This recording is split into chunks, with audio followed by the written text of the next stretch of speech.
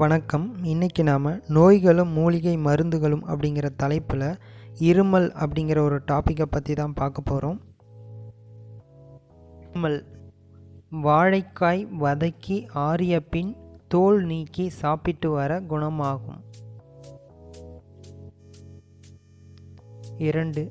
தனியா பொடி 1 தேக்கரண்டி, கருஞ்சீரகப் பொடி 1 தேக்கரண்டி, இரண்டையும் 1 கோப்பை அரிசி கலைந்த வடிகட்டிய நீரில் கலந்து குடித்து வர குணமாகும். 3. உலர்ந்த திராட்சை கஷாயம் தயாரித்து குடித்து வர வேண்டும். 4.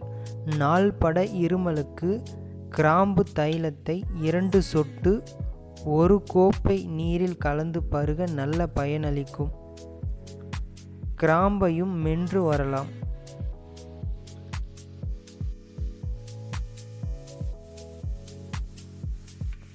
5. தேனில் கருந்துளசி சாறு கலந்து பருகி வர காய்ச்சலுடன் கூடிய இருமல் குணமாகும். 6. வெற்றிலை பாக்குமென்றால் இருமல் குணமாகும்.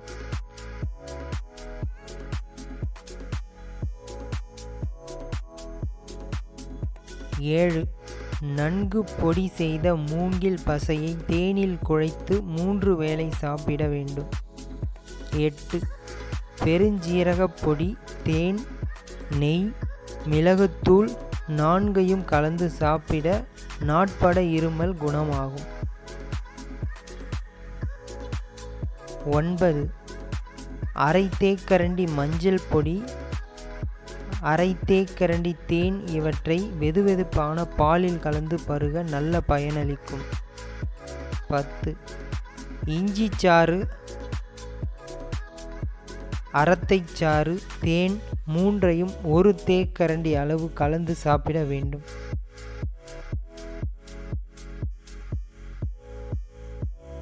11.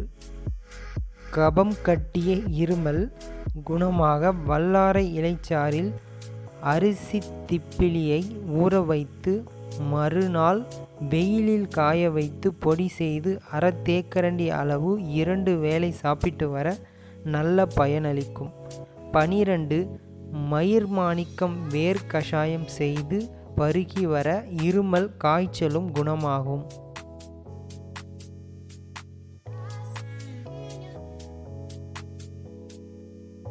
13. வட்ட திருப்பி வேர்க்கஷாயம் தேன் கலந்து குடித்து வர விரைவில் குணமாகும். அதிகப்படியான இருமல், வறட்டு இருமல், நாள்பட தொடர்ந்து வரும் இருமல், தொண்டை சம்பந்தப்பட்ட பிரச்சனைகள் அனைத்திற்கும் இந்த நாட்டு மருந்து மிகச்சிறந்த தீர்வாக இருக்கும். இதில் நீங்கள் ஏதாவது 1 2 நிச்சயம் பயன்படுத்தி பார்த்தீங்க அப்படின்னா உங்களுக்கு வறட்டு இருமல் அப்படிங்கிற பிரச்சனை முற்றிலுமாக குணமடைய நிச்சயம் வாய்ப்பளிக்கும். நீங்கள் கண்டிப்பாக இதை ட்ரை பண்ணி பாருங்கள். நன்றி, வணக்கம்.